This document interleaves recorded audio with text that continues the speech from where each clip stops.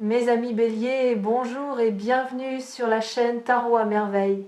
Pour votre tirage général, ceux qui me découvrent, soyez les bienvenus. En 10 ans, j'ai vu des milliers de messages, des messages forts, des messages étranges, des messages qui m'ont laissé silencieux pendant de longues minutes, le temps de comprendre ce que je venais de percevoir. Mais ce qui se présente aujourd'hui ne ressemble à rien de ce que j'ai rencontré. Pas par son intensité, par sa précision, et surtout par la manière dont il relie des éléments de votre vie que vous avez toujours cru séparés. Des fils que vous pensiez éparpillés au hasard et qui, vus depuis l'angle que cette lecture offre, forment un motif d'une cohérence stupéfiante. Imaginez une pelote de laine emmêlée, le genre de pelote que vous trouvez au fond d'un tiroir, et dont les fils sont tellement enchevêtrés que vous hésitez entre la démêler et la jeter. Votre vie, ces dernières années, ressemble à cette pelote. Des fils partout, des nœuds impossibles, des directions contradictoires. Et chaque fois que vous tiriez sur un fil pour essayer de comprendre, un autre se resserrait ailleurs.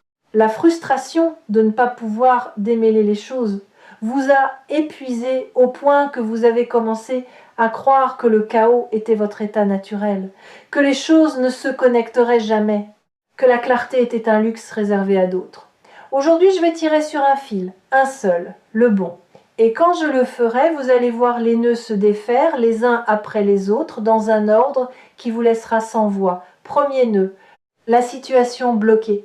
Il y a dans votre vie une situation qui stagne depuis si longtemps que vous avez cessé de la considérer comme un problème.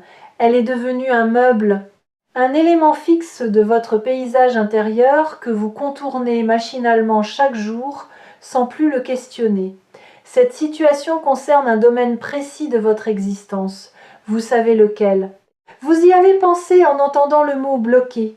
Votre esprit s'y est rendu immédiatement, comme un doigt qui appuie instinctivement sur un bleu. Ce blocage n'est pas ce que vous croyez. Vous pensez qu'il est causé par des circonstances extérieures, par le manque de moyens, par le mauvais timing, par l'attitude des autres, par une malchance persistante qui semble vous cibler personnellement, et ces facteurs sont réels, ils existent, mais ils ne sont pas la cause du blocage, ils en sont les symptômes. La cause est ailleurs, plus profonde, plus ancienne, et c'est en tirant sur ce premier nœud que nous allons la trouver. La cause, la vraie, est une croyance que vous portez sur vous-même, une croyance si ancienne, si intégrée dans votre fonctionnement, que vous ne la percevez plus comme une croyance, vous la percevez comme un fait, comme une loi naturelle, comme quelque chose d'aussi évident et indiscutable que la gravité. Et cette croyance dit, dans sa version la plus nue, « Je ne suis pas le genre de personne à qui ces choses arrivent. » Ces choses. La réussite durable, l'abondance sans lutte, le bonheur sans contrepartie, la reconnaissance sans sacrifice. Ces choses arrivent aux autres, pas à vous. Et cette croyance, par un mécanisme que le mental ne peut pas voir parce qu'il en fait partie, crée exactement les conditions qui la confirment. Elle filtre les opportunités, elle sabote les élans, elle transforme les possibilités en impossibilités avant même qu'elles aient le temps de se manifester. En tirant sur ce nœud, en exposant cette croyance à la lumière, quelque chose commence déjà à se desserrer. Pas dans votre situation extérieure, pas encore. Dans votre rapport à cette situation, vous commencez à voir l'espace entre le fait et la croyance. Et cet espace, aussi mince soit-il, est une fissure dans le mur. Et les fissures, vous le savez maintenant, sont les endroits par où la lumière entre. Il y a quelque chose de profondément libérateur dans le fait de nommer cette croyance. Tant qu'elle restait dans l'ombre, elle agissait comme un courant souterrain qui déviait chacune de vos décisions sans que vous puissiez identifier la source de la déviation. Vous vous demandiez pourquoi vous n'arriviez pas à maintenir l'élan. Pourquoi chaque progrès était suivi d'un recul? Pourquoi les choses qui semblaient destinées à fonctionner finissait toujours par se défaire. Et la réponse était là, invisiblement, dans cette croyance non nommée qui tirait les fils depuis les coulisses. Nommer une croyance, c'est lui retirer son pouvoir d'invisibilité. C'est la faire passer du statut de loi naturelle à celui d'hypothèse discutable. Et une hypothèse discutable peut être remplacée, pas par une affirmation positive qu'on se répète devant un miroir, par une expérience, par la preuve vécue, incarnée que cette croyance ment. L'argent inattendu qui arrive sera cette preuve. La relation qui se transforme sera cette preuve. Chaque nœud qui se défait sera un démenti concret de la croyance qui vous limitait. Et les démentis accumulés finiront par peser plus lourd que la croyance elle-même. Jusqu'au jour où elle s'effondrera sous le poids des preuves contraires et où vous réaliserez qu'elle n'était jamais un fait, juste une histoire que vous aviez oublié de remettre en question. Deuxième nœud, celui que le premier libère. Quand le premier nœud se desserre, un deuxième apparaît, plus petit, plus subtil, mais directement relié au premier par le même fil. Ce deuxième nœud concerne une relation, pas nécessairement une relation amoureuse, une relation qui vous définit, qui occupe un espace disproportionné dans votre carte intérieure, une relation dont vous ne parlez pas souvent mais à laquelle vous pensez constamment. Et voici ce que le deuxième nœud révèle quand il se dessert. La dynamique de cette relation est le miroir exact de votre croyance fondamentale. Si vous croyez que vous n'êtes pas le genre de personne à qui les bonnes choses arrivent, alors cette relation reproduit cette croyance. Elle vous place dans un rôle qui confirme cette identité. Le rôle de celui qui donne sans recevoir, de celui qui attend sans être attendu, de celui qui comprend sans être compris. Ce n'est pas l'autre qui vous a assigné ce rôle. C'est vous qui l'avez endossé, automatiquement, inconsciemment, parce que ce rôle est cohérent avec votre croyance. Et la cohérence, même douloureuse, est préférée par le mental à l'incertitude du changement. Mais regardez maintenant, le deuxième nœud est desserré et avec lui, le rôle que vous jouiez dans cette relation commence à vaciller, pas à disparaître, à vaciller, comme un acteur qui, en pleine représentation, commence à douter de son texte, qui sent que les mots qu'il prononce ne sont pas les siens, que le costume qu'il porte n'est pas le bon, que la scène dans laquelle il joue n'est pas celle où il devrait être. Ce vacillement est le signe que quelque chose de fondamental est en train de bouger, pas en surface, en fondation. Troisième nœud, l'émotion enfouie. Plus profondément dans la pelote, là où les fils sont les plus serrés, se cache un nœud émotionnel. C'est le nœud le plus ancien, le plus dur. Celui que vous avez serré vous-même il y a très longtemps, pour empêcher quelque chose de sortir. Et ce quelque chose, c'est une colère. Pas la colère bruyante et explosive que les gens voient. La colère silencieuse. La colère de celui qui sait qu'il mérite mieux mais qui a choisi de se taire. La colère de celui qui a ravalé tellement de noms qu'il forme une boule compacte dans sa gorge. La colère de celui qui a souri quand il aurait dû crier. Vous savez exactement de quoi je parle. Vous pouvez probablement identifier les moments précis. Ce dîner où vous avez accepté l'inacceptable avec un sourire. Cette réunion où vous avez laissé quelqu'un d'autre prendre le crédit de votre travail. Cette conversation où vous avez dit « ce n'est pas grave » alors que c'était grave. Chacun de ces moments a ajouté une couche à ce nœud. Et chaque couche a renforcé la croyance que votre rôle dans ce monde est de supporter plutôt que d'exiger, de comprendre plutôt que d'être compris, de pardonner plutôt que de poser des limites. Mais voici ce que la colère enfouie essaye de vous dire depuis tout ce temps. Elle ne dit pas « détruis tout », elle dit « respecte-toi ». Elle dit « ce que tu as accepté ne correspond pas à ce que tu mérites ». Elle dit « le sourire de façade a assez duré ». Et cette voix, loin d'être votre ennemie, est votre alliée la plus fidèle. C'est la gardienne de votre dignité, et elle crie parce que vous avez ignoré ses murmures pendant trop longtemps. Cette colère n'est pas mauvaise, elle n'est pas destructrice, elle est informative. Elle vous dit exactement où se trouvent vos limites véritables. Et le fait qu'elles soient enfouies depuis si longtemps signifie que vos limites véritables n'ont jamais été exprimées. Que vous avez vécu en dessous de vos propres standards. Que vous avez accepté ce que votre être profond refusait quand ce troisième nœud se desserre, et il est en train de se desserrer en ce moment même. Cette colère ne sort pas en explosion, elle sort en clarté, en une vision soudaine et nette de ce que vous ne tolérerez plus, de ce que vous exigerez désormais, de la place que vous prendrez dans votre propre vie. Et cette clarté, née de la colère transformée, est une force que rien ne peut arrêter, parce qu'elle ne vient pas du mental, elle ne vient pas de la volonté, elle vient du lieu le plus authentique qui existe en vous, le lieu où votre vérité attend depuis toujours. Quatrième nœud. La connexion invisible. Voici quelque chose que 10 ans de pratique m'ont appris et que cette lecture confirme avec une force inhabituelle. Les nœuds de votre vie ne sont pas isolés, ils sont reliés par le même fil. La situation bloquée, la relation déséquilibrée, la colère enfouie, ces trois choses ne sont pas trois problèmes séparés, nécessitant trois solutions différentes.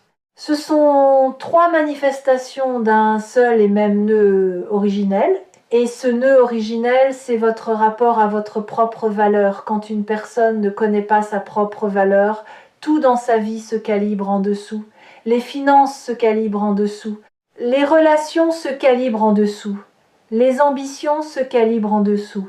Et cette sous-calibration devient si normale, si habituelle, si intégrée dans le fonctionnement quotidien, qu'elle disparaît du champ de conscience. On ne voit plus qu'on vit en dessous de soi. On pense que c'est le plafond alors que c'est le plancher. Laissez-moi vous donner une image concrète. Imaginez un musicien extraordinaire qui jouerait toute sa vie sur un instrument désaccordé. Il compenserait. Il s'adapterait, il trouverait des manières de produire de la belle musique malgré les fausses notes.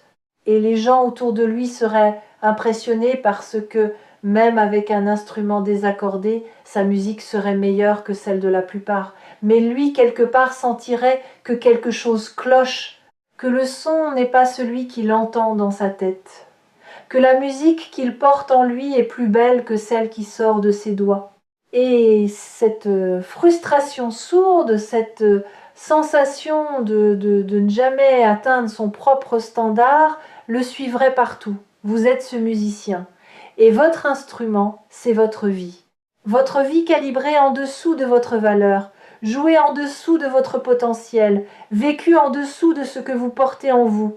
Et le chamboulement dont parle cette lecture, ce n'est pas de changer de musique. C'est d'accorder l'instrument, de régler chaque corde à la bonne tension, pour que ce qui sort corresponde enfin à ce qui vit dedans, pour que le son extérieur reflète la symphonie intérieure.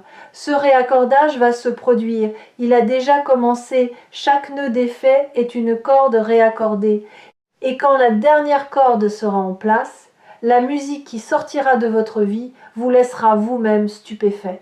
Ce que cette lecture révèle, et c'est pour cela qu'elle est unique en 10 ans, c'est que votre plafond perçu est votre plancher réel. Que ce que vous considérez comme votre maximum est en réalité votre minimum. Que tout ce que vous avez construit jusqu'ici, aussi impressionnant que cela puisse sembler vu de l'extérieur, a été construit avec un bras attaché dans le dos. Et imaginez, juste une seconde, ce que vous pourriez construire avec les deux bras libres.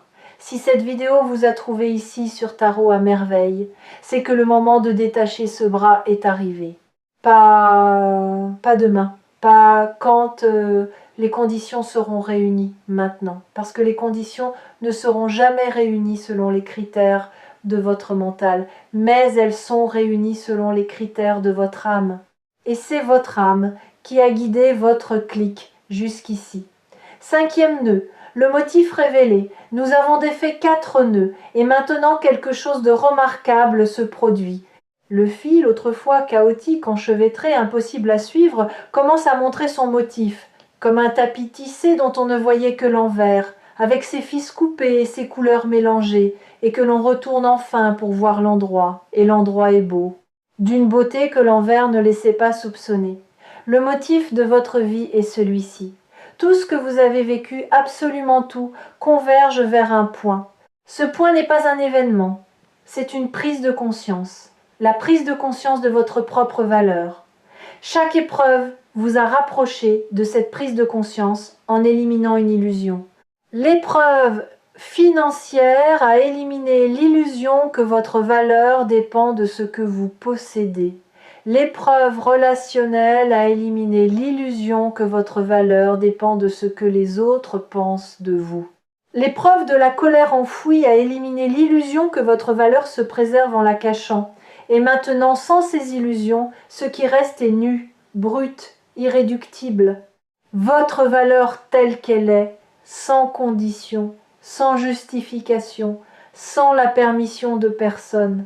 Laissez cette phrase résonner, sans la permission de personne. Combien de fois avez-vous attendu cette permission ? Combien de décisions avez-vous reportées parce que quelqu'un n'avait pas encore validé votre choix ? Combien de rêves avez-vous rangés dans un tiroir parce que les gens autour de vous ne les comprenaient pas ? La permission que vous attendiez n'a jamais existé en dehors de vous. Elle n'a jamais résidé dans le regard de l'autre, dans l'approbation d'un parent, dans l'encouragement d'un ami, dans le feu vert d'un supérieur. Elle a toujours été dans votre propre cœur, battant, disponible, attendant que vous la réclamiez. Réclamez-la maintenant, pas en la demandant, en la prenant, comme on prend une respiration, naturellement. Parce que c'est votre droit le plus fondamental, et c'est cette valeur nue qui va tout chambouler. Parce que une personne qui connaît sa valeur ne vit plus de la même manière. Elle ne négocie plus les miettes. Elle ne mendie plus l'attention. Elle ne s'excuse plus d'exister pleinement. Elle prend sa place, toute sa place. Et quand elle prend sa place, le monde autour se réorganise. Pas parce qu'elle force quoi que ce soit, parce que sa simple présence, ancrée dans la certitude de sa propre valeur, modifie l'équation. Les finances se réajustent parce que vous cessez de sous. Évaluez ce que vous offrez. Les relations se rééquilibrent parce que vous cessez d'accepter les dynamiques qui vous diminuent. Les opportunités apparaissent parce que vous cessez de vous rendre invisible par peur de déranger. Tout bouge, pas d'un coup, comme une réaction en chaîne, domino après domino, nœud après nœud, jusqu'à ce que la pelote entière soit démêlée et que le fil, enfin libre, puisse tisser quelque chose de nouveau. Ce que cette lecture chamboule n'est pas un domaine de votre vie. C'est le fondement sur lequel tous les domaines reposent, votre perception de vous-même. Et quand le fondement bouge, tout ce qui est posé dessus bouge avec lui. Ce qui va se manifester dans les semaines à venir sera le résultat direct de ce mouvement fondamental. Des changements que vous ne pouvez pas encore prévoir parce qu'ils viennent d'un lieu que votre mental ne contrôle pas, un appel inattendu, une proposition improbable, un montant qui apparaît d'une source que vous n'aviez pas envisagée, une personne qui revient ou qui arrive et dont la présence va confirmer par sa manière de vous regarder que la valeur que vous commencez à vous reconnaître est visible aussi de l'extérieur. Et au-delà de ces événements ponctuels, c'est votre quotidien tout entier qui va changer de saveur. Les matins vont avoir un goût différent. Non pas parce que le café est meilleur, parce que vous vous levez pour une vie qui vous ressemble un peu plus qu'hier. Les conversations vont prendre une densité nouvelle. Non pas parce que les gens autour de vous ont changé, parce que votre manière de les écouter, de leur répondre, de vous positionner dans l'échange a changé. Même les problèmes, quand ils se présenteront, vous sembleront différents, pas plus petits, plus gérables. Parce qu'un être humain qui connaît sa valeur aborde les difficultés depuis un lieu de solidité, pas depuis un lieu de panique. Et la solidité transforme chaque obstacle en défi plutôt qu'en catastrophe. Les habitués des lectures partagées sur Tarot à merveille savent que certains messages sont des murmures et d'autres sont des cris. Celui-ci est un cri, pas un cri d'alarme, un cri de naissance, le cri de quelque chose qui émerge après avoir été trop longtemps contenu, et ce quelque chose, c'est vous. La version de vous qui existait sous les nœuds, sous les croyances, sous les rôles, sous les silences accumulés, la version originale, celle d'avant la pelote. Voici ce que je veux que vous fassiez. Non pas un rituel, un engagement, pas envers l'univers, envers vous-même. L'engagement de ne plus tirer les nœuds vers le bas quand ils commencent à se défaire. De ne pas reconstruire la pelote quand les fils se libèrent, de ne pas retourner dans les rôles confortables quand l'inconfort de la vérité se présente, de rester dans le démêlement, même quand c'est douloureux, même quand c'est vertigineux, même quand les gens autour de vous ne comprennent pas pourquoi vous changez. Et surtout, l'engagement de ne plus vous mentir, de ne plus dire « ça va quand ça va pas », de ne plus sourire quand vous voulez crier, de ne plus minimiser ce que vous ressentez pour rendre les autres confortables. Parce que chaque mensonge que vous vous faites à vous-même est un nœud que vous ajoutez à la pelote. Et vous avez assez de nœuds. Vous n'avez pas besoin d'en fabriquer de nouveaux au moment même où les anciens se défont. La vérité est votre fil conducteur désormais, pas la vérité philosophique ou abstraite, la vérité quotidienne, celle qui se pratique dans les petits choix, dans les conversations ordinaires, dans la manière dont vous vous tenez quand personne ne vous regarde. Cette vérité-là est la seule force capable de garder les fils démêlés, de maintenir le motif visible, de protéger la beauté de ce qui se révèle. Vous changez parce que c'est l'heure, pas parce que les circonstances l'exigent, parce que votre être l'exige, parce que la version de vous qui vivait dans les nœuds est arrivée à sa date d'expiration. Et la nouvelle version, celle qui émerge en ce moment, ne connaît pas les limites de l'ancienne, elle ne les reconnaît pas, elle ne les respecte pas. Elle les traverse comme on traverse un rideau de fumée, avec la certitude que de l'autre côté il y a l'air libre. L'air libre, c'est ce que cette lecture vous offre. Pas une promesse, pas une prédiction, de l'air, de l'espace, la possibilité de respirer pleinement pour la première fois depuis que les nœuds se sont formés. Et une fois que vous aurez respiré cet air, une fois que vos poumons auront goûté à cette expansion, vous ne pourrez plus revenir à la respiration étroite d'avant.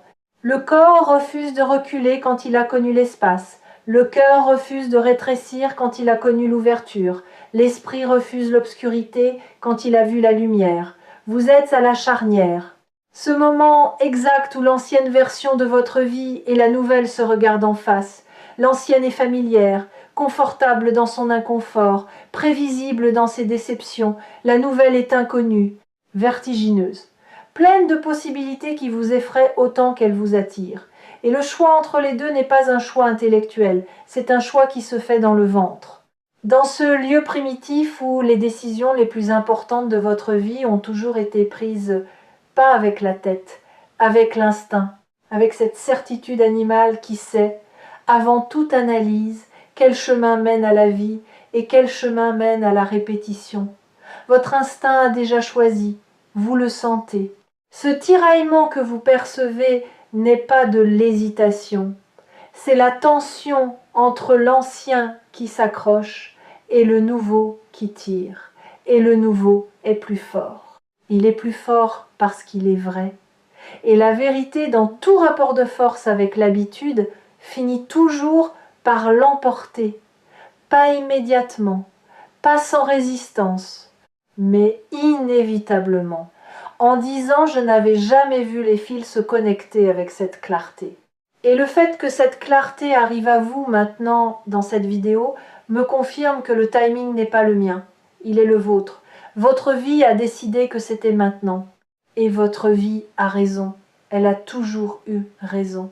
Même quand vous doutiez d'elle, même quand vous pensiez qu'elle se trompait de chemin, elle savait, elle tissait, fil après fil, nœud après nœud, vers ce moment exact. Et quand vous aurez besoin de retrouver ce moment, quand les fils menaceront de s'en mêler à nouveau, Tarot à merveille sera là, comme le doigt patient qui tire sur le bon fil. Pas pour défaire votre vie, pour révéler le motif que vous étiez trop près pour voir. Le motif est visible maintenant. Et il est plus beau que tout ce que le chaos vous laissait croire. Plus cohérent, plus intentionnel, plus vôtre que vous ne l'aviez jamais imaginé. Tout chamboule, tout change. Et cette fois, c'est pour de bon. Pas parce que les circonstances sont différentes, parce que vous l'êtes. Et quand vous changez, vraiment profondément, irréversiblement, les circonstances n'ont d'autre choix que de suivre.